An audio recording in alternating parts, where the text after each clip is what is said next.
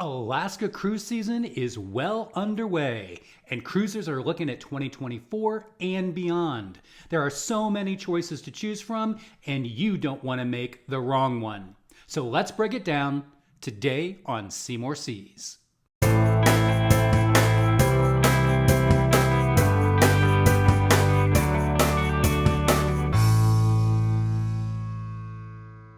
Hi, everyone, and welcome. There is so much that goes into planning a cruise to Alaska.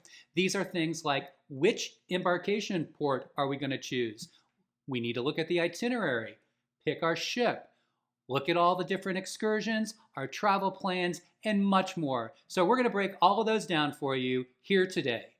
Hi, if you're new here, I am Doug, and this is Seymour Seas, your cruise tips and planning channel, where I hope to help you and your family pick, plan, and enjoy your next cruise vacation. If you do find this video helpful in any way, as always, please do give it that thumbs up and subscribe to the channel if you have not done so already. Thanks so much for showing up, and let's get going. There are normally three types of itineraries for Alaska. There's going to be a northbound round trip through the Inside Passage, either from Seattle or Vancouver. Then you're going to have either a northbound or a southbound one-way, normally between Anchorage and Vancouver. This is actually out of Seward, Alaska, which is a bus ride or train ride south from Anchorage. Then there are cruise tours. These are offered by a number of different cruise lines which provide for a 7-day cruise and then some sort of inland tour either on a train. For instance, going to Denali National Park is one that's very popular. And so we're going to cover the cruise only in this video. So we'll look at the round trips as well as the one-way with various ports in between. There's a few major ports for all of the cruise lines. This is Ketchikan, then you're going to have Juneau, Skagway, and then you'll have Victoria, British Columbia, if you're traveling out of Seattle. There are also a couple less visited ports that are still very popular. The first is Sitka. Sitka is normally a replacement for Ketchikan, and it's a great place to visit. And then you have Icy Strait Point, which is actually just between Juneau and Skagway. This is normally a replacement for Skagway due to the fact that the Skagway port area does have rock slides that are affecting one and sometimes two of the major berths in that port. Now, there are also 4 major glacier locations that cruise ships visit. The biggest and most popular is Glacier Bay National Park. There's also Dawes Glacier as well as Hubbard Glacier. And then when you visit Juneau, there are lots of different excursions to Mendenhall Glacier. These glacier visits are very, very popular with guests. So when you go to Glacier Bay National Park, it's normally almost a full day in the national park because the glaciers are very, very large and there is a lot to see.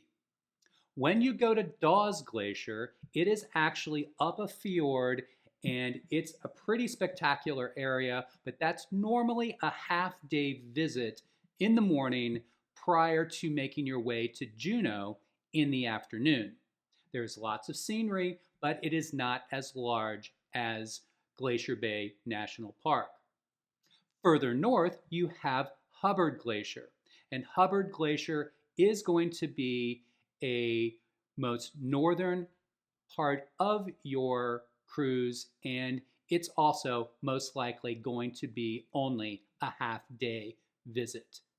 Mendenhall Glacier, as I mentioned, is going to be an excursion in Juneau, and we'll talk about some of those excursions later. Let's take a look at a few examples of round-trip Alaska cruises out of Seattle. Now, on these itineraries, normally what you'll do is that you'll have a day at sea, stop in Ketchikan, then you'll go through Endicott Arm, Dawes Glacier for half of the day, then end up in Juneau in the afternoon and do all of your excursions around Juneau until late in the evening. It is very, very light until around 9:30, 10 o'clock. Then the next day you'll be in Skagway. And then after Skagway, you'll have a couple days at sea, the Inside Passage, a day at sea on your way to Victoria, British Columbia for a brief evening stop. Now, there are variations of this where you may be traveling north to Juneau. You'll go over into Glacier Bay National Park. You may hit Skagway and then hit Ketchikan and Victoria, British Columbia on your way back to Seattle. These itineraries may have some adjustments where you might be visiting Sitka instead of Ketchikan, and you might be hitting Icy Strait Point instead of Skagway. So this is a good time to stop and explain why you have that very brief evening stop in Victoria, British Columbia, before you get back to Seattle. Now, the reason is there is an old maritime law that was passed in 1886, which is the Passenger Vessel Services Act. And what this means is that if you have a foreign flagged cruise ship, which most all cruise ships are foreign flagged with the exception of one or two, if you are going out of a U.S. port and returning to a U.S. port on a closed loop cruise, you must stop at a foreign port. So to meet the requirements of this maritime law, all cruise lines that go out of Seattle will stop in Victoria, British Columbia, which is Canada. So you have that foreign port requirement met by the Passenger Vessel Services Act of 1886. There are many reasons that that law was enacted at that time, but many people feel that it is outdated, and actually upon startup for the Alaska season, they did not open up Canada. So Congress passed a resolution allowing cruise ships to not meet that requirement for that particular season only. It really helped the Alaska cruise market rebound after COVID. If you are sailing out of Vancouver, the Passenger Vessel Services Act of 1886 does not apply. So there are various itineraries out of Vancouver that you will not have out of Seattle.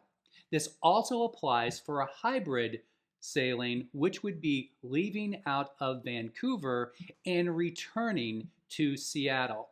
In that scenario, the Services Act does not apply either. So let's take a look at some of the examples of itineraries out of Vancouver. So this is an example where you'll be leaving Vancouver, cruising through the Inside Passage, stopping at Icy Strait Point, and then the next day going all the way north to Hubbard Glacier, where you'll have the entire day. Then as you make your way back south, you'll stop in Juneau, and then Ketchikan, having a day at sea, going through the Inside Passage, and then back to Vancouver. Another example here is that you'll have that same day at sea, day 2, stopping at Icy Strait Point, going to Skagway, coming back through Endicott Arms and visiting Dawes Glacier in the morning, and then heading to Juneau in the afternoon, and then making your way south to Ketchikan, having a day at sea through the Inside Passage, and then returning to Vancouver. This is actually adding one more port for a full day, whereas if you had to stop in Victoria for that brief evening stop, they would most likely have to cut out one of these port visits. If you are adding Glacier Bay National Park out of Vancouver, you'll make your way north to Juneau, go to Skagway, and then Glacier Bay National Park, making your way south to Ketchikan, and a day through the Inside Passage and back to Vancouver. The other type of itinerary you'll find in Alaska cruising is that there is a north to south or south to north one-way itinerary.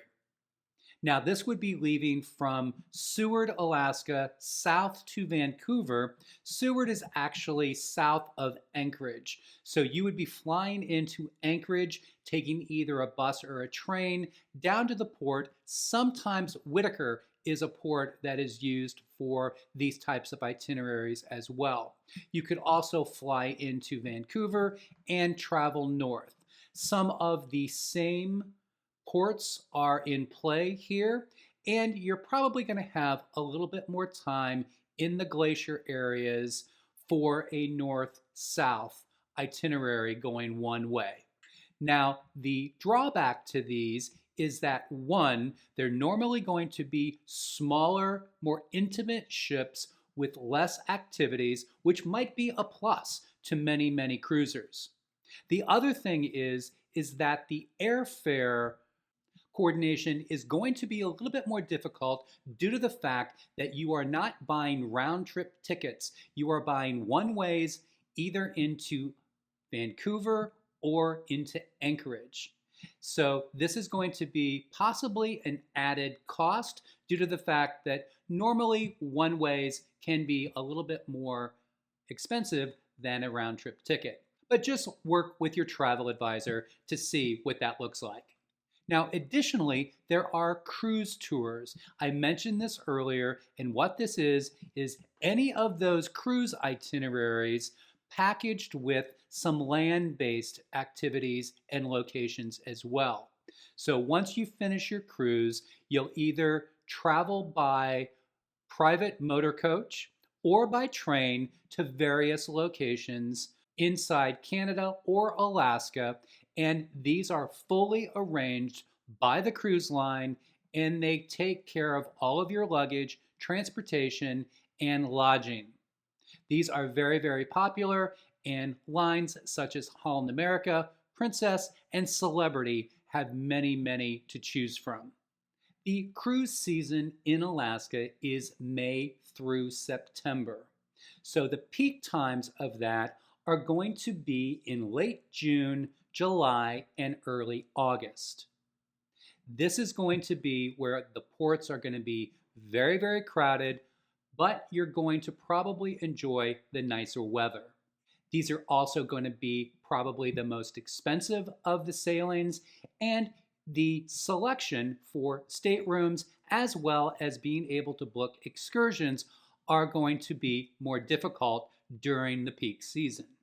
Now, if you choose or can sail May, early June, or September, this is where you're going to find probably less expensive cruising as well as the ability to have a greater selection of stateroom locations as well as the ability to book excursions.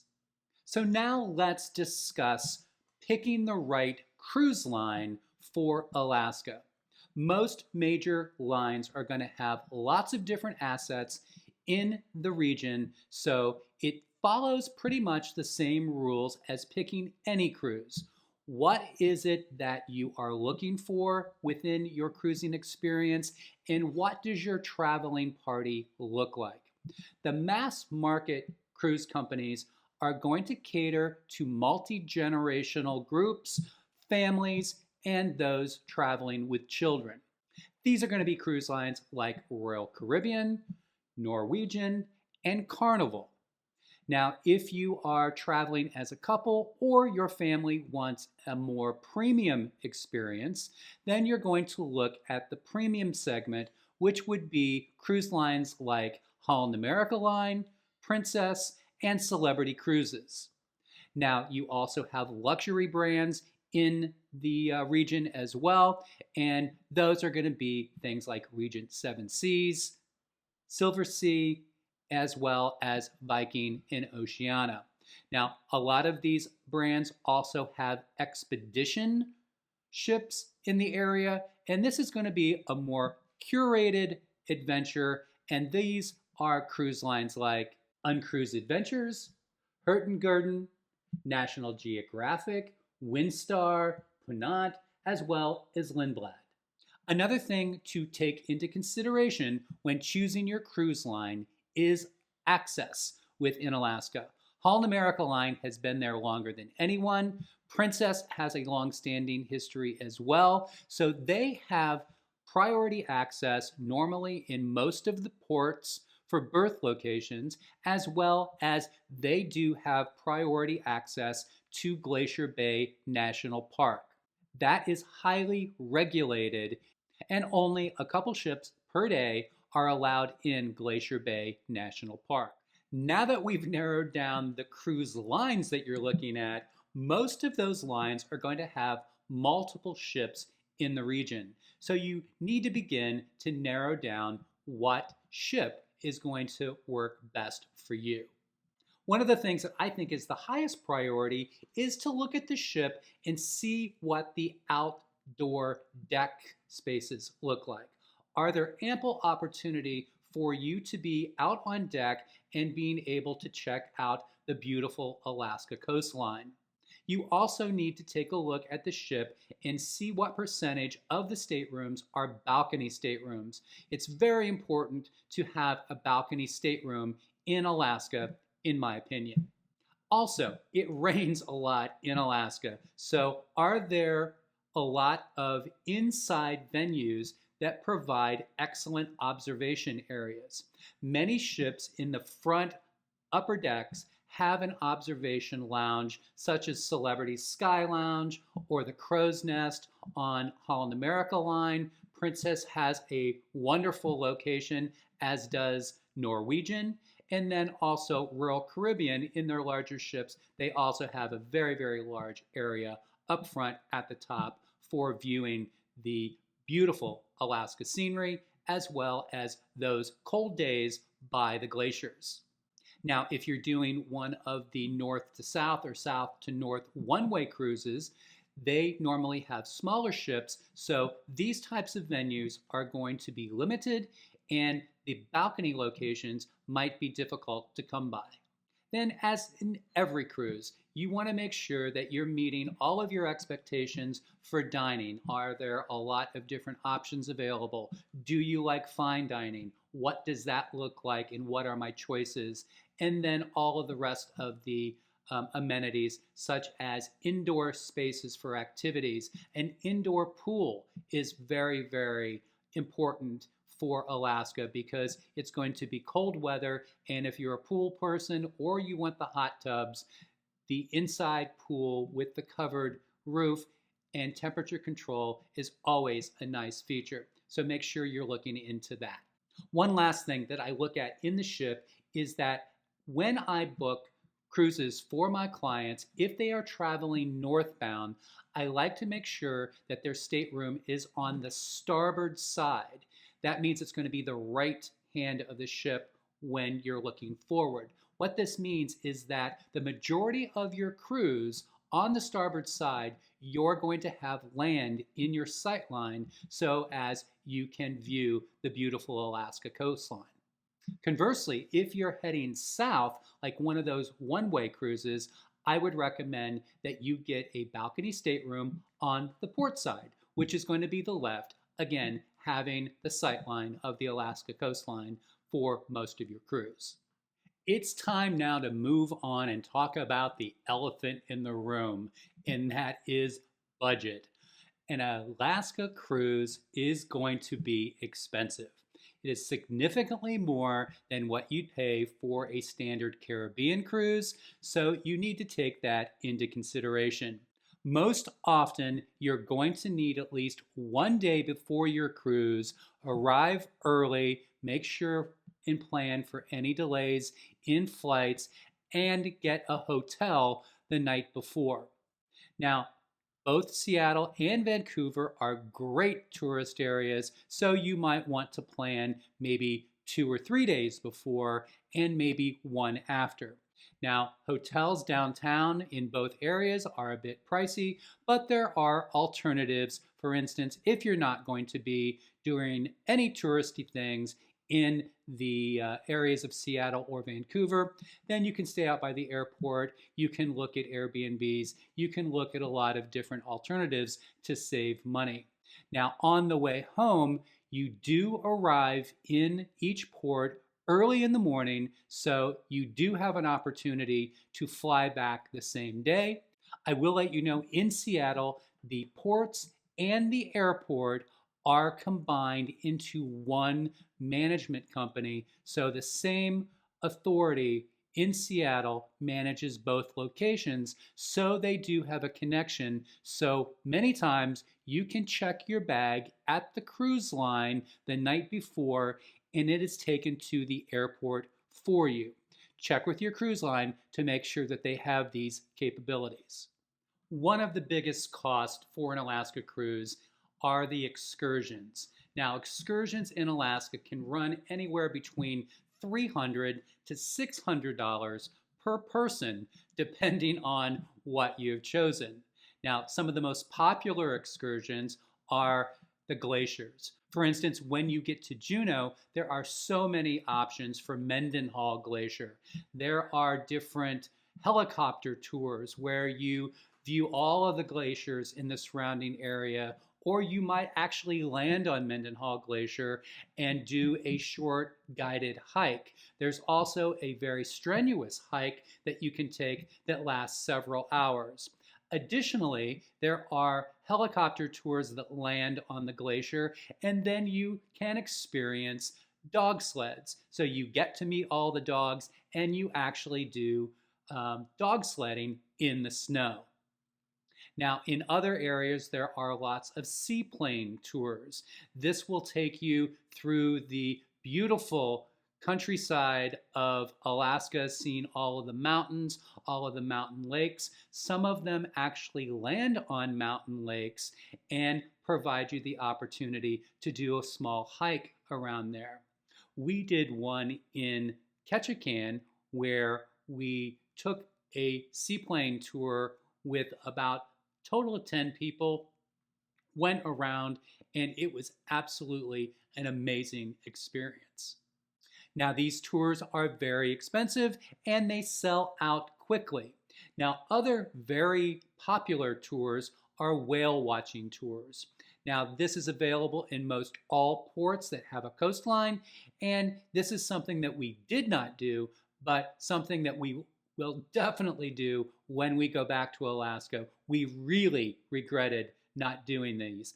Now, the cost of the whale watching tours varies pretty significantly. You can go on one of the larger whale watching vessels, which will bring the cost down, or you can go on a more private, intimate tour in a Zodiac, and these can be rather pricey, and they're kind of fun because they chase around like the pods of orcas, and they can get up very, very close where the larger vessels cannot.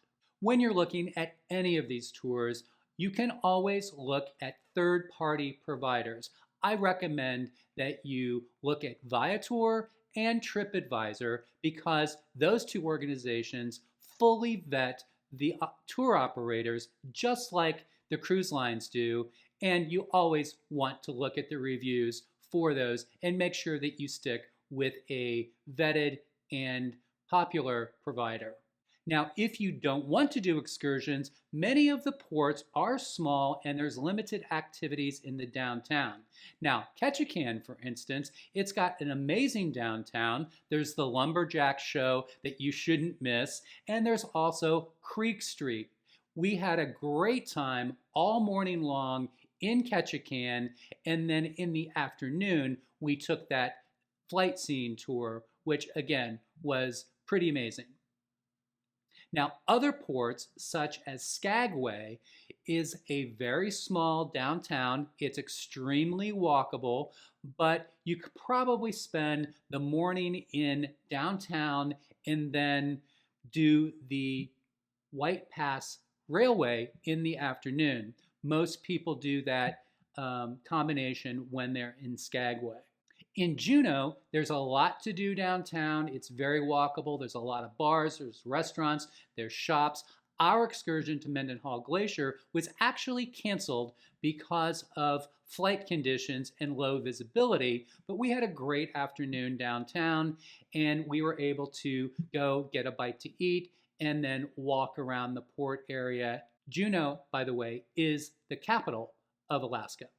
Remember, most people go on an Alaska cruise to experience all of these things. So make sure that you are budgeting, prioritizing, and planning accordingly. Thanks everyone for making it this far in the video. It's time for a few quick tips. Now, make sure that you are looking at that itinerary. Choose your cruise line very carefully, and then make sure you choose the right cruise ship from that line. It makes a lot of difference for your cruise experience. Also, you will be in the United States for most of your cruise. This means that you will have US cell service. So if you are from the United States, you will be able to possibly offset some of those Wi-Fi costs by waiting till you get into port, and you should have a medium to decent signal in most of the downtown areas. You also want to book very early, and you also want to make sure once booked, you go on the cruise line website and book those excursions right away. Thanks everyone for showing up today. If you did find this video helpful in any way, please do give it that thumbs up and subscribe to the channel if you have not done so already. I really do appreciate all of your support, and as always, I'll see you again soon.